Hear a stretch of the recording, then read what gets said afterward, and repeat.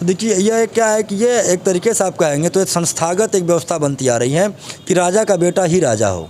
लोकतंत्र में ऐसी व्यवस्था नहीं थी, लेकिन आज जो लोग राजनीति में स्थापित हो चुके हैं। आज यही योगी आदित्यनाथ जब उत्तर प्रदेश का नेतृत्व करने उनकी बारी आई तो आज छात्र नेताओं के दुख दर्द के पीड़ा को भूल चुके हैं।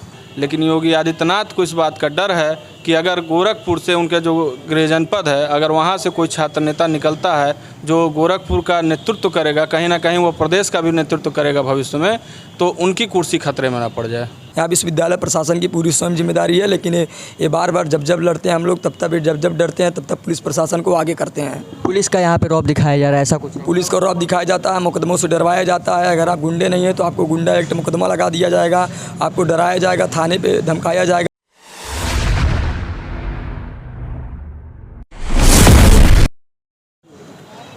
आप अपने स्क्रीन पे कुछ छात्र नेताओं को देख रहे होंगे जो कि इस समय धरना प्रदर्शन में बैठे हुए हैं। इनका क्रमिक अनशन चल रहा है।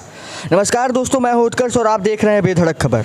अभी आप अपने स्क्रीन पे देख रहे हैं कुछ यहाँ पे छात्र नेता मौजूद हैं जो कि विश्वविद्यालय के प्रांगण में, गोरखपुर विश्वविद्यालय के प्रांगण में बैठे हुए हैं और धरना प्रदर्शन कर रहे हैं। इनकी मांग क्या है? इनकी मांग है छात्र संघ चुनाव को बहाल करने के लिए। अलग अलग प्रदेशों में अलग अलग विश्वविद्यालय होते हैं, अलग अलग विश्वविद्यालयों में छात्र संघ के चुनाव होते हैं। अब मेरे साथ यहाँ पे बहुत सारे छात्र नेता हैं, आइए इनसे बैठ के आराम से बात करते हैं कि आखिर इनकी मांगें क्या हैं। क्या नाम है आपका? मेरा नाम योगेश प्रताप सिंह है। गोरखपुर विश्वविद्यालय में विगत 2016 के बाद से छात्र संघ के चुनाव नहीं हुए हैं और जिसकी वजह से विश्वविद्यालय के भीतर जो प्रशासनिक निरंकुशता होती है, कर्मचारियों का जो ढीलापन होता है, काफ़ी स्तर बढ़ते जा रहा है।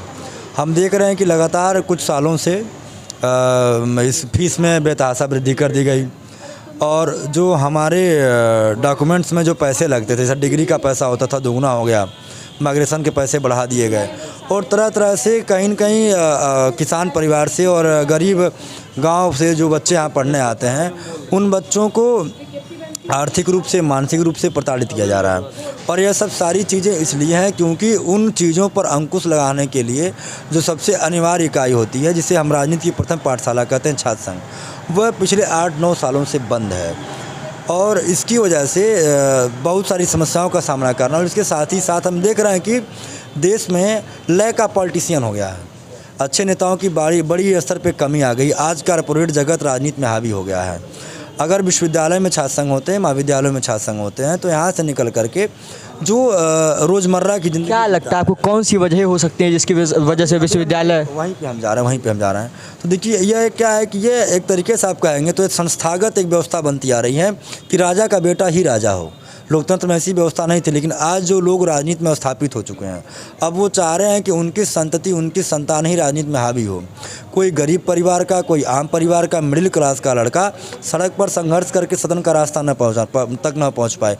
आज कॉर्पोरेट जगत पूर्ण रूप से राजनीति में हावी हो गया है और विश्वविद्यालय प्रशासन की भी यही मंशा है कि जो हमारे छात्र नेता हैं वो लगातार विश्वविद्यालय प्रशासन की निरंकुशता के खिलाफ आवाज़ उठाते हैं।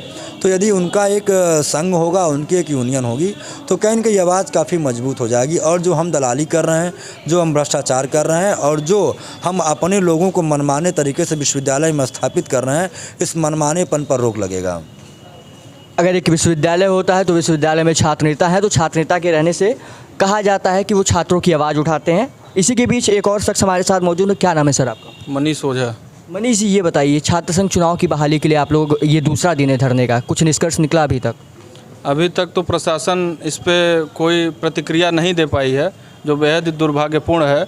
और कहीं ना कहीं ये हम लोग के ऊपर भी प्रश्नवाचक चिन्ह बनता है कि हमारा छात्र संघ, हमारे जैसे लोग तो यहाँ पे आते ज़रूर हैं, लेकिन अन्य जो छात्र नेता हैं, जो अपने आप को छात्र नेता कहते हैं, उन्हें कम से कम इस धरने पे आना चाहिए ताकि विश्वविद्यालय को लगे कि छात्र नेता अभी जिंदा हैं। और अपनी मांग को लेकर के हम लोग बैठे हैं कि छात्र संघ चुनाव की बहाली तत्काल कराई जाए। 24 तारीख को दंडवत पदयात्रा इंदिरावाल विहार से प्रशासनिक भवन गोरखपुर विश्वविद्यालय पर आई थी।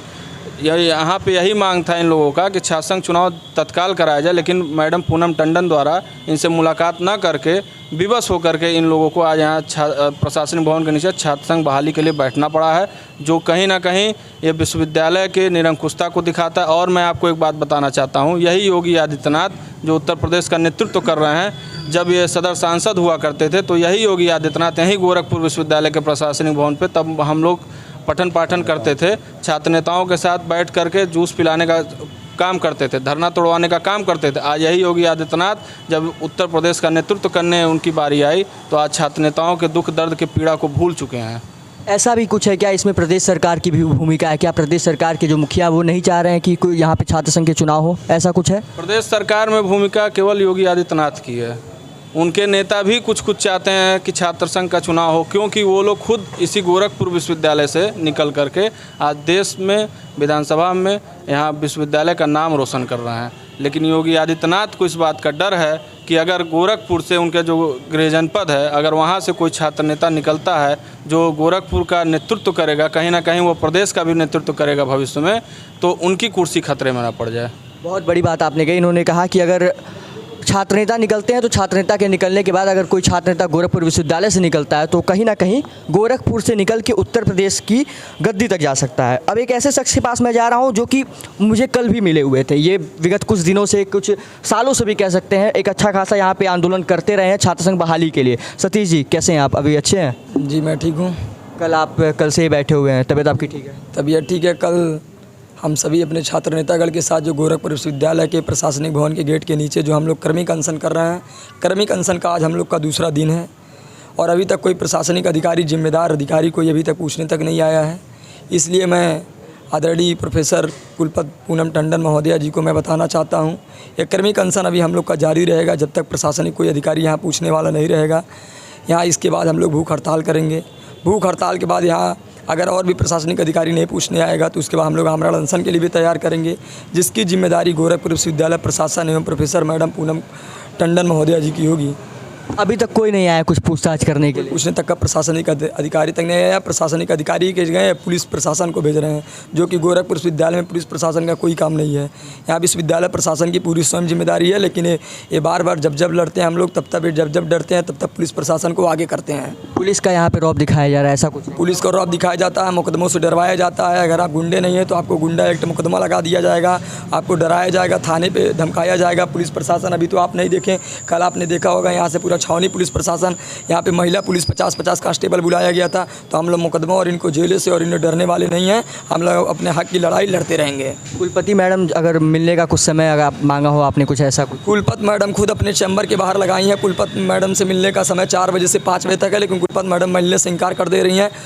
24 तारीख को जो हम लोग दंडोत पद यात्रा किए थे, आप खुद बताइए, वहाँ से इतना हम लोग क्रांति लाए गोरखपुर विश्वविद्यालय कार्यालय तक, तब भी मैडम ये नहीं पता चला कि हमारे एक बेटे के समान है, गोरखपुर विश्वविद्यालय के छात्र हैं। मैं 5 मिनट का समय निकाल के मिल लूँ, लेकिन तब भी ये कुलपति मैडम मिलने से इनकार कर दिया।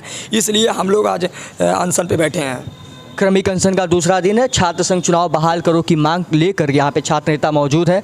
इनकी मांग बस इतनी है कि छात्र संघ चुनाव जो होते हैं, जो कि छात्र के हित के लिए होते हैं, छात्रों की आवाज़ उठाने के लिए छात्र नेता होते हैं, तो उन्हीं की चुनाव को बहाल करने के लिए इनकी मांग है। पूरी खबर आप देख रहे थे बेधड़क खबर पे। अगर आपको ये खबर अच्छी लगी हो तो आप हमें फेसबुक पे देख रहे हैं, हमारे पेज को फॉलो कर लीजिएगा, और अगर आप हमें यूट्यूब पे देख रहे हैं तो हमारे चैनल को सब्सक्राइब करें, और कमेंट बॉक्स में छात्र संघ बहाली को लेकर, गोरखपुर विश्वविद्यालय के चुनाव को लेकर आपकी क्या राय है, कमेंट बॉक्स में जरूर बताएं। धन्यवाद।